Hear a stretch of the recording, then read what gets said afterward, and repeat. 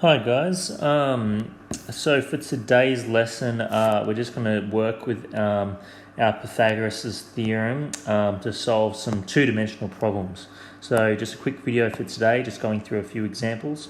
So pretty much the idea is that even though Pythagoras is only working with right angle triangles, there are a lot of different sorts of shapes and different sort of situations where it doesn't even work with triangles, but there's ways of bringing these properties of triangles into these sorts of questions. So for example, with this sort of question here, so what they've done is that they're given a circle and they actually want to try and figure out what's the largest square that you can fit inside this circle.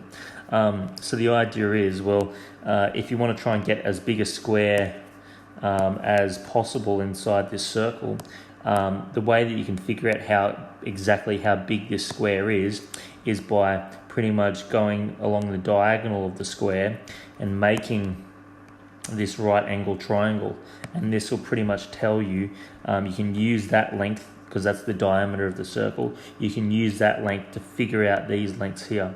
So even though at first glance it doesn't appear as though Pythagoras has anything to do with this, you can pretty much solve these problems using Pythagoras. So pretty much triangles have a lot of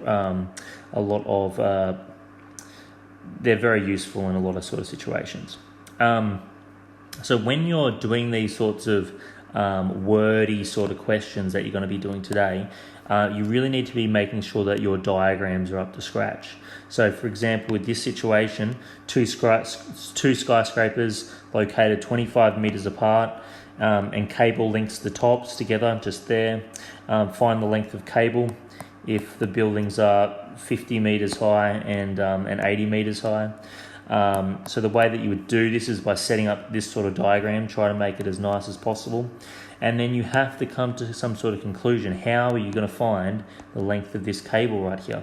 So when you're dealing with these sort of diagonal sort of lengths, you really want to try and make a triangle out of this diagonal. So I'll use that. So the idea is to use this length and make a triangle that looks like this.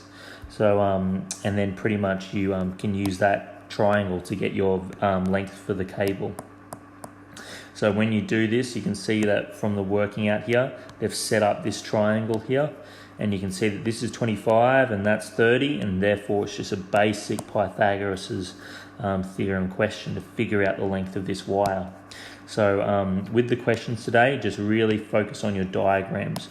Good luck with the questions. Bye.